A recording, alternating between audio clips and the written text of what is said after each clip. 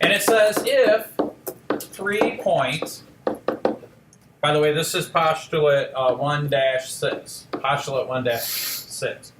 If 3 points, and let's label them A, comma, B, C, are collinear. Hey, what does that fancy word mean? Does anybody want to just shout it out? Collinear means what? On the same line. On the same line. Very good.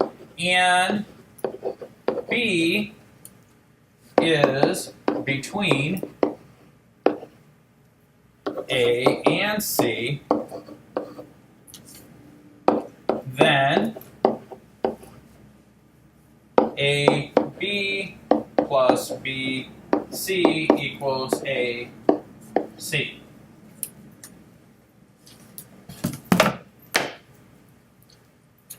Well, that's fine and dandy, Mr. Adams. What does that mean? I don't know. I was hoping you could tell me. Alright. So collinear means they're all on the same line. So I've got A over here. It says B is between A and C. And I got C over here. Now let's put B right here in the middle. Sweet. So this line segment from here to here is what? Yeah, this distance is AB. And it literally goes from here to here. Cool. Well, let's do another distance. From here to here is the distance BC.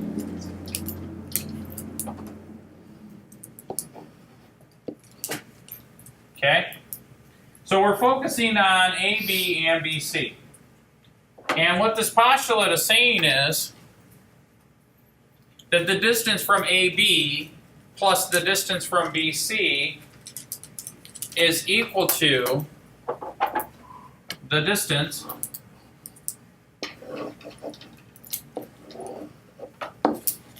from A to C. So I'll say this a lot. The sum of the parts is the whole. Now when you look at that, you might think, well, that is so easy. Why do we have to make it a postulate? Well, remember that a postulate is an accepted standard or fact. At some point in time, we're going to take some parts and add them together. And when we add them together, they should equal the whole. Or sometimes we'll have the whole and we'll separate it into parts. And we need to prove logically that the two are equivalent. Okay. Any questions on that? All right, cool. Now watch this. We're going to do example number 2 now. So for example number 2,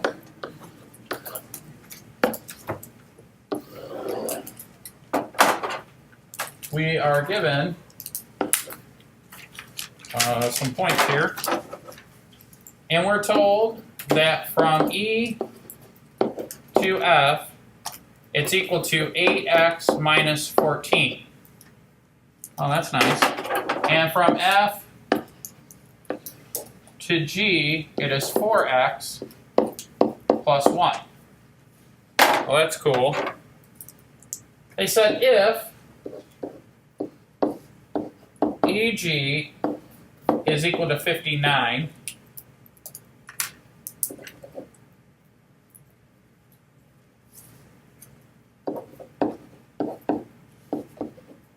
what's EF? And what's FG?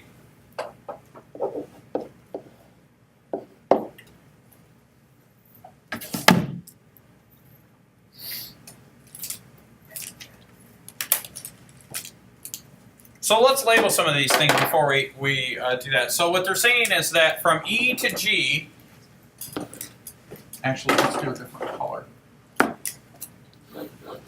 From E to G, from here to here, it's 59.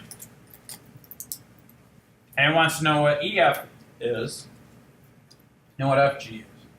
Now, on our last postulate, they said the sum of the parts is the whole. They've given us the whole. How do we figure out the parts?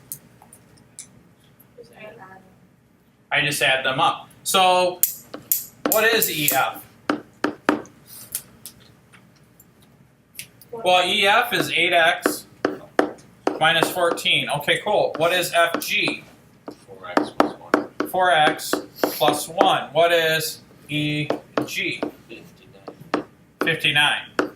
Well, our postulate that we just learned was that EF plus FG equals EG, right? Different letters, but that's what we said. The sum of the parts is equal to the whole.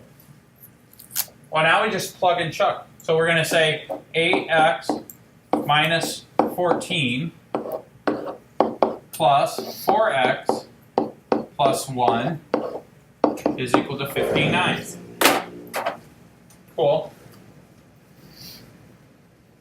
Well, I don't even really need the parentheses. We're not distributing anything through there. But I will combine like terms. So 8x plus 4x is 12x. Right? I have a negative 14 plus 1. That's negative 13, right? And then way over here by its lonesome is little old 59. Alright. You guys with me so far? Yeah. Okay, cool. Our goal, when we're solving stuff algebraically, we want to get x by itself and all the other stuff on the other side. Now to do that, we're going to do inverse operations. Are you guys writing all this down? Because I hear a lot of writing, but it's coming from my board. Whoops. Inverse, not opposite, operations.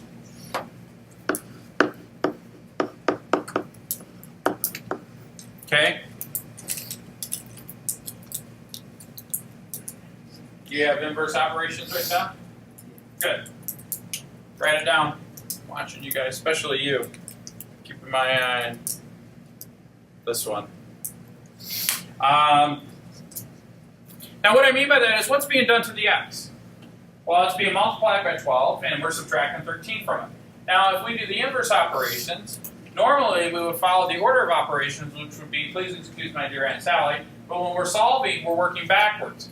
Normally, we would multiply first, but since we're solving, we would deal with the multiplication thing last.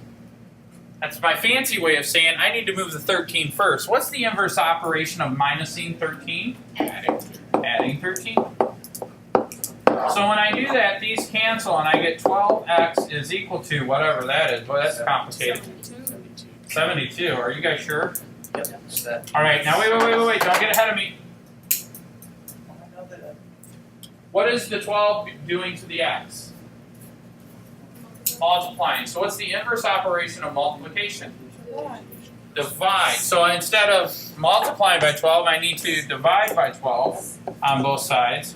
This cancels. X equals 6. All right, we're done. Good job. Wait, somebody said, wait a minute. Are we done? What's the question? Gotta find. Oh man, it was so long ago I can't even remember what the heck is going on. The question was, what is EF and what is FG? I know what X is. Now I gotta plug it in. So we said that X was 6. So I gotta say 8 times 6 minus 14. This is 48 minus 14. What's 48 minus 14? 34. I'm getting tired. Alright, and the next one we say 4 times 6 plus 1. 24 plus 1 is 25. That's a lot of work. No wonder I drink so much coffee. Does that make sense? Any questions? Alright, cool. Let's go on to the next one. That was only 2. How many examples are in this thing? 4?